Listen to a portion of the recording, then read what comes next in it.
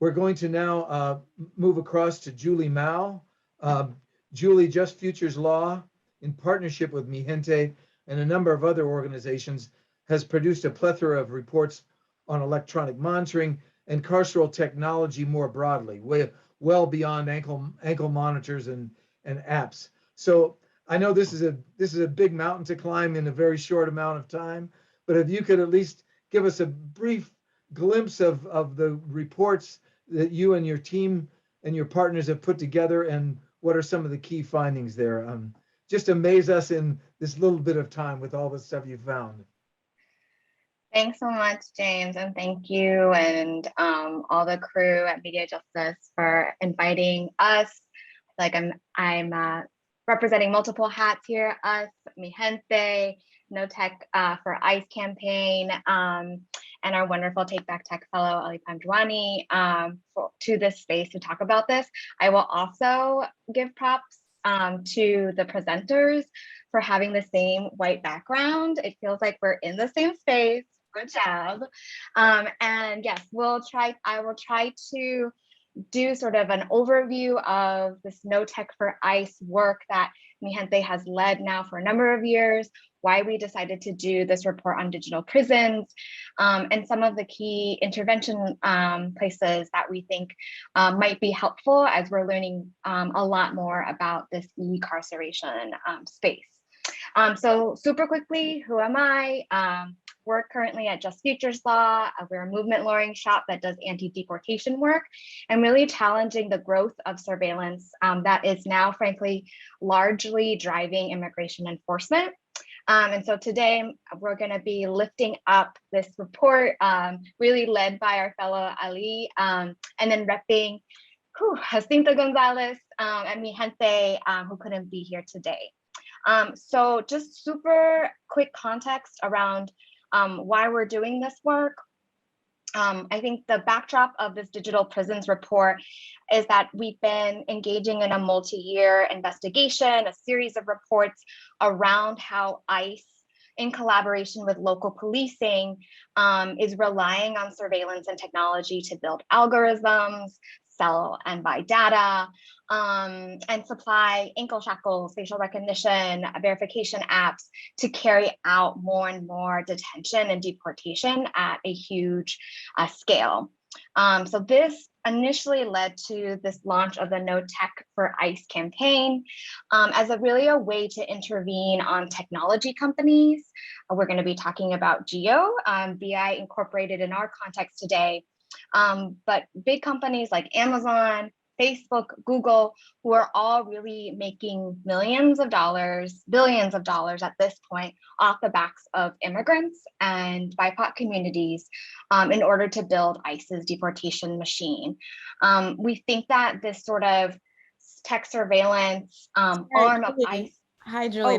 Sorry, could you just speak slower, please, and just mind your pace? I was gonna pause. I was gonna interrupt you when you said quickly, but take your time. It's all good. Okay. Thank you so much again. And since I'm already interrupting, just let us know. Just say next slide when you need us to go to the next slide. Okay. Cool. Thank you. Apologies. I was trying to speed it up just so folks have a little bit more time on the back end, but I'll try to cut stuff. So I think the thing to understand from our perspective is we feel that with the new administration and the gross criminalization that's happening at primarily the southwest border, surveillance is going to be way more expansive and aggressive under the Biden administration. And we think that's going to happen in two ways. Tech surveillance that's related to locating individuals here in the United States, as well as the expansion of alternatives, so-called alternatives to detention. So we're talking, the ankle shackles that Kate was talking about. And in our sector, unfortunately, also the expansion of facial recognition verification and location services monitoring.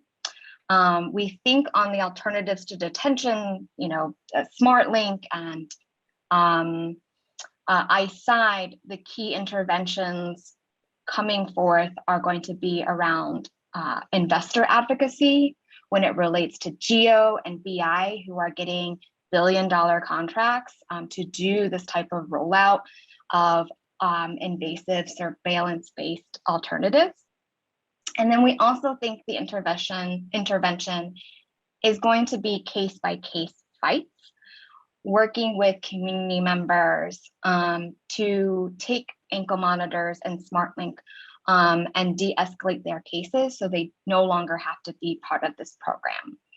And lastly, there's a huge, we're gonna go start these slides. There's a huge money component to this from Congress.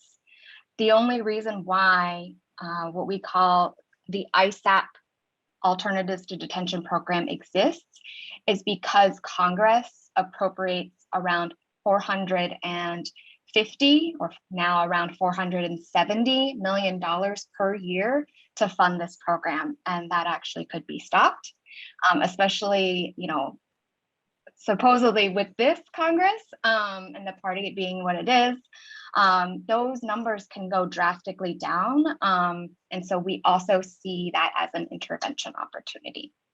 So with that, I'm gonna start kind of doing the slides and quickly giving you guys a sense of the numbers. So if you can move to the next slide. Awesome. So I mentioned the numbers already, but basically ICE's budget right now for this so-called Alternatives to Detention program, they term it ISAP, which is an acronym for the Intensive Supervision Appearances Program. So this program has drastically increased since 2006. You can see the numbers. It started around 28 million. It is now in 2021, $440 million. I can say as an immigration attorney who has practiced for now about 10 to 13 years, when I first started, very few people were actually on ankle monitors. It was a rare occurrence. Now, just from talking to like the ICE San Antonio office the other day, he was telling me that basically everybody is being put on either ankle monitor or SmartLink from the border if they're not detained. So it is now the norm for people to either be on an ankle monitor or the SmartLink application, what we'll talk about at this time. And even though ICE has said this is an alternative to detention, we've also seen the simultaneous drastic increase in detention for immigrants from 1 billion to 2.8 billion. Even though Biden initially promised in his campaign that he would be more humane around immigration enforcement, we've seen a drastic, aggressive increase in funding requests from the Biden administration. The numbers under Trump were already gross. They were hovering around 80 to 90,000 individuals at any given time on their intensive supervision appearance program. Biden administration is hoping to increase those numbers to 140,000 individuals. Can we move to the next slide, please? Okay, so here are some current numbers. Before January, again, under the Trump administration, we were hovering around 96,000 individuals under the ISAP program. As of, I think, a month or two ago, these stats are actually a little bit outdated. We were already seeing an increase to 117,000 individuals. The time on which people are on these ankle monitors or SmartLink is fairly long. We're talking, 2, bordering on 3 years. We did see a slight decrease in the average number, still 703 days. And I think that is due possibly to the amount of new people that are now in the ankle in the Alternatives to Detention program. Next slide, please. Okay. So this is just a quick slide on where we're seeing the most amount of individuals in the ISAP program. I'll just quickly name some of the highest places we're seeing are Chicago, Detroit, Los Angeles, Miami, Newark, San Antonio, and San Francisco. And these are stats as of July 2021. Next slide, please. Thanks so much. So this is a slide around the percentage of increase of individuals enrolled in this ISAP program between May and August of this year. And so you'll see almost every field office experienced significant increases in its ISAP program. Next slide, please. Okay, so we want to shift a little bit to talk about the new rollout of the ICE Smart Link, I say smart in quotes, application. So this is a mobile application that individuals in the ISAP program are forced to download onto their phones, and it has the capabilities of requesting location data, requires facial recognition verification, and then also has the capability of requiring voice verification. Next slide, please. So again, this program is called SmartLink. Next slide. And this is a visual display of what the application looks like when you click into it. I know from all the work of the membership that SmartLink is also an application that happens in the criminal justice or criminal legal system side. So I think that you guys are seeing something similar, but basically it contains a lot of your information. It has your check-ins, you import certain types of information, and then at your check-in, you're supposed to click take photo, and does a visual facial verification as well as requesting your location at that time. Next slide, please. Okay, so these are some of the recent numbers around what type of supervision people are on in ISAP. So these are the numbers for June 2019 and May 2021. And the point we're trying to make is that there's been a drastic increase in individuals who are being put on this SmartLink mobile application. And we expect that this is, the technology that ICE is driving towards in the future, is to take people off of ankle monitor or keep the same amount of people on ankle monitors, but then increasingly put everyone or as many people as they can on this mobile verification application. Next slide, please.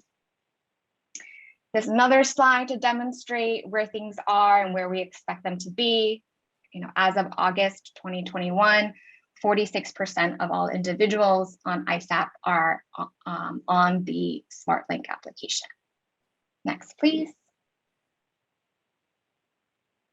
So I'm a little out of time, and I'm happy to share these slides, but this slide is basically to show, again, the real increase now in the SmartLink use.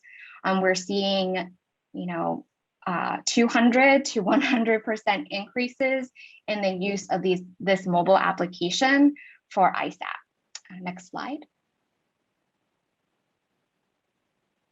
Okay, so I think one of the concerns that we have with the SmartLink device is that even though ICE has said that it's not collecting location or voice related data when it's not during the check-in process, we know from even the exact permissions on the mobile application and the agreement that individuals have to sign that the application collects far more data than ICE is saying to individuals.